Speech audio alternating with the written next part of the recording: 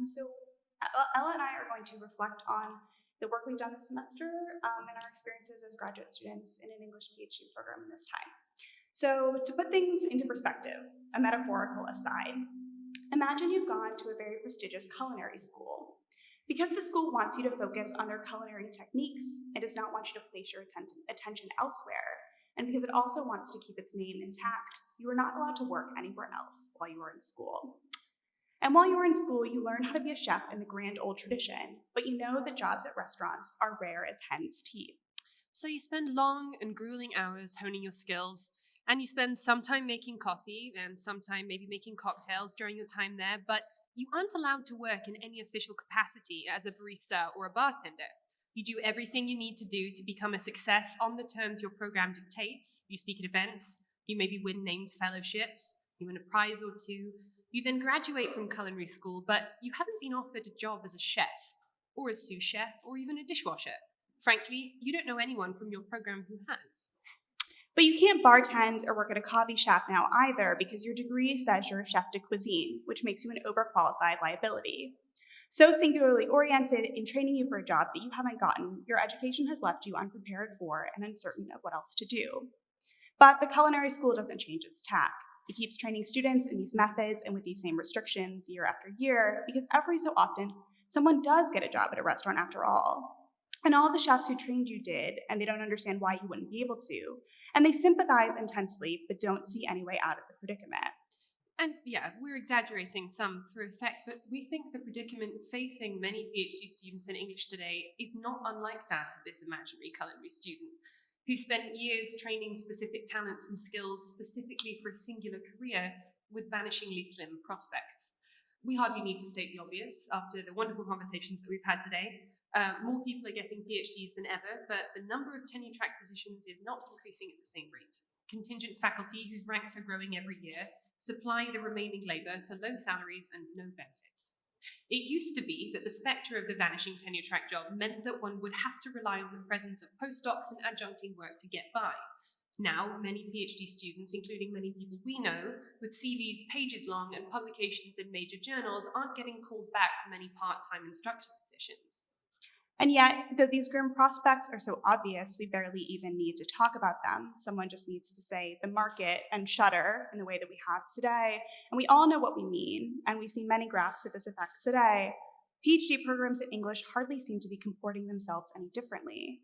Indeed, one of the biggest sources of difficulty, both personally and professionally, is the glaring disjunct between our graduate education and the reality of what happens after it or outside of it. That is, these programs are broadly oriented towards skills and practices of knowledge creation and dissemination that are intended to prepare us for a future in academia, a future in a tenure-track position, even as that future is vanishingly small. We are continuing to be trained for jobs, for futures that do not exist for the majority of us if they ever did. The model for recruiting, hiring, and educating prospective academics in the fields of English literature have also not significantly changed, though the destinations for these people have fundamentally dwindled and functionally disappeared. We should not be in an economy of labor where the most astonishing success stories are people who did manage to get assistant professor jobs directly after finishing their programs, which is theoretically supposed to be a possibility for all of us after the training that we've received. But in reality, there may only be 2 or 3 tenure-track job postings within your field in any given year, jobs for which you will be going up against hundreds of other eminently qualified candidates from programs across the country.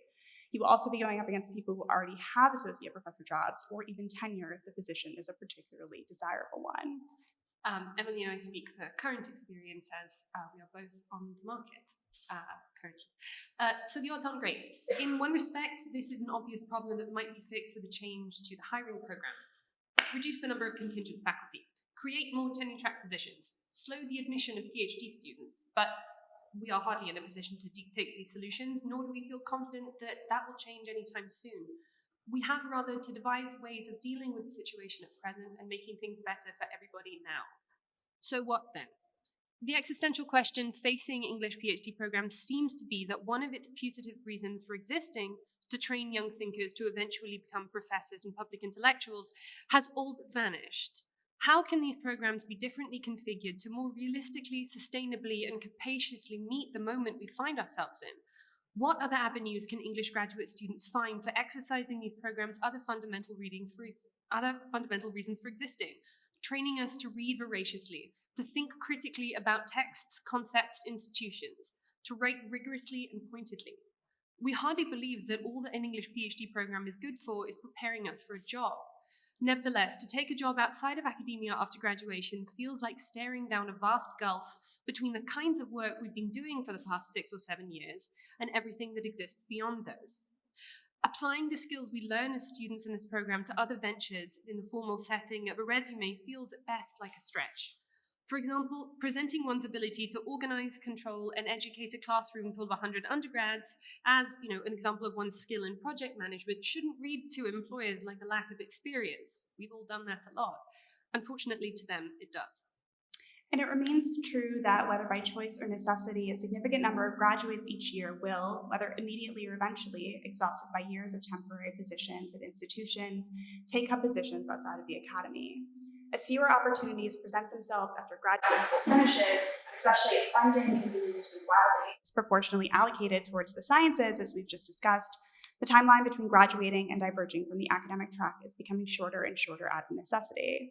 English PhDs aren't paid enough in almost any institution to save a significant amount of money for the future. I mean, that's the case of graduate students in general. And it's the case here, although our graduate union's recent hard-won raise is moving the needle slightly for graduate students. So we have to work somewhere after we graduate, and returning to academia after stepping away is, as we are sure everyone in here knows, extremely challenging. The language of alt-ac career paths insinuates that this is a willful choice, an alternative to an extant possibility, something else that you turn to. But alt-ac is intimately tied to the precarity of academic labor conditions today. It is an outgrowth of the crisis within the humanities that we've been discussing. This isn't to suggest that everyone who goes into alt-ac has taken that option because of a failure elsewhere. Of course, many of our colleagues find that they don't want to join the professoriate upon graduating. However, in the survey that we took of a lot of graduate students in our department, our data showed that an overwhelming majority of our colleagues did see themselves working in a teaching role at a university immediately after they finished. For colleagues like these, one might have to find a job outside of academia rather than face another year of adjuncting or vapping without any guarantee of long-term employment or healthcare, or the funding at your PhD programs run out. So paying your way through to finish with outside work is the only way to complete. People who want to be professors turn to work in industry because fellowships have evaporated or postdoc appointments have dwindled, especially in the face of pandemic-related budget cuts. Often, alt-ac is framed as a kind of other path, another thing that is available for graduates to pursue, but the only way for it really to be this kind of choice is to address the crises of contingency that lead many to turn here out of necessity. At any rate, jobs outside of academia are not simple to get. They're not a sort of waiting escape plan if the tenure track thing doesn't work out. They require skills and experience that we don't necessarily have, and that can be very difficult to acquire while part of PhD programs. Moreover, a PhD can seem like a liability on the non-academic job market, leaving one simultaneously over and underqualified for the work at hand. If the disconnect between the work that we do in the program and the reality of life beyond or outside of it is one of the major issues, then one of our primary goals throughout this proctorship has been to make legible all that is obscured by that disconnect. Only talking about tenure track positions will not magically make them more plentiful or obviate the need to consider other options. And it has the real effect of assigning a metric of artificial shame to careers that do not look like the ones that we have been prepared for. The guiding premise of our work this semester has been reframing the English PhD, which means changing how it is positioned, how it is oriented, and in particular, how we talk about what it means to be successful within and beyond an English PhD program, to take into account both its success, in quotes, according to the metrics of the program does not necessarily translate to placement on the academic job market, or that placement itself is necessarily tantamount to success. That doesn't just mean the graduate student should have to adjust their expectations in a vacuum. It means that faculty mentors and the graduate school that employs them also need to change their perspective, and the programs themselves need to become more capacious, more flexible, and less single-mindedly research and teaching-oriented in terms of career development. We've been working this semester to lay the foundation for these changes and also to make the procedure of broadening one's perspective on potential careers more accessible from the ground up for all members of the English department, including the prospective students Brown wishes to attract and retain. So, as a minute but we think significant example, the job placement page on our department website currently only lists alumni who have got tenure track or visiting professorships after graduating. It's as if the rest of our graduates just disappear. Alumni have noticed this, and it also doesn't look great for our perspectives. We are working to update this page to more comprehensively reflect the career outcomes of graduates of the English department. We've also started an outreach program to alumni, which allows them to provide updates to their information and have more agency about how their trajectories are represented. We've already had several really enthusiastic responses, which is very exciting. We are also redesigning how these outcomes are listed in order to share more about the paths that alumni have taken toward their current positions, no matter what they are. We know it's not enough simply to point to the existence of other possible careers, and that seeing the sometimes non-linear trajectories that these paths are taking can be much more useful for graduate students than data alone. We made a comprehensive study of all of the other top-tier graduate programs in the country and how their websites were organized. We looked at how they were oriented, we looked at what they listed, we looked at the kind of things they prioritized, and we came up with a combination of original formatting and things that already work from places like Stanford, UVA, and Columbia. We've also created, circulated, and tabulated the data from a comprehensive survey of graduate students in the English department previously mentioned. We've received program-wide feedback that's been instrumental in our development of what we're calling the Reframing the English Phd series.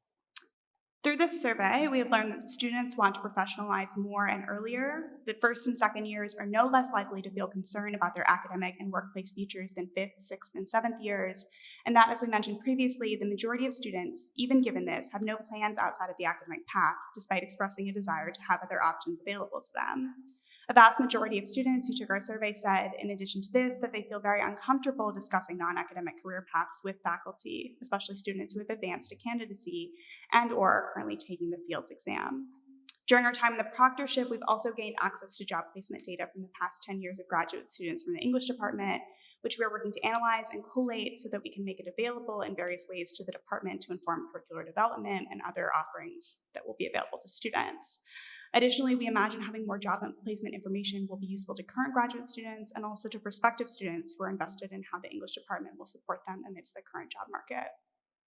We also hope that having a more varied curriculum of post-academic careers available will do something to alleviate the stigma attached to pursuing a non-academic future, which is still currently hard to discuss without the taint of giving up attached. This affective register of defeat is harder to tabulate and recognize, of course, but it feels elemental to observe what it feels like to face these prospects and not only what the numbers reflect. So, as a major deliverable from our tenure here, we have devised a series of continuing lectures, panels, and workshops which center around these questions and these feelings called Reframing the English Phd, which we intend to serve as a resource for graduate students in the program and in the years to come. So during this semester and hopefully over the summer, we hope to use the data we've collected, the contacts we've made, and the networks we're establishing to develop a slate of talks, workshops, and events to deliberately introduce non-academic and semi-academic career paths as alternate options to students at all levels of the program. We're writing a proposal which will provide sustained funding, an organizational structure, and a predictable, digestible series of events designed for and by graduate students that will directly address their concerns and needs.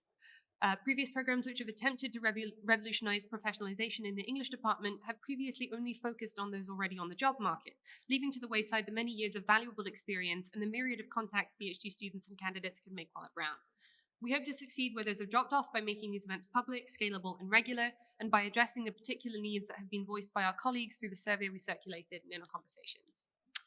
In the interest of time, we just want to say a few things about material support, which was one of the prompts that we were urged to address. And we want to say that one of the most tangible things that departments in the humanities can do is materially support to continue to fund and expand various proctorship opportunities like this one within the department.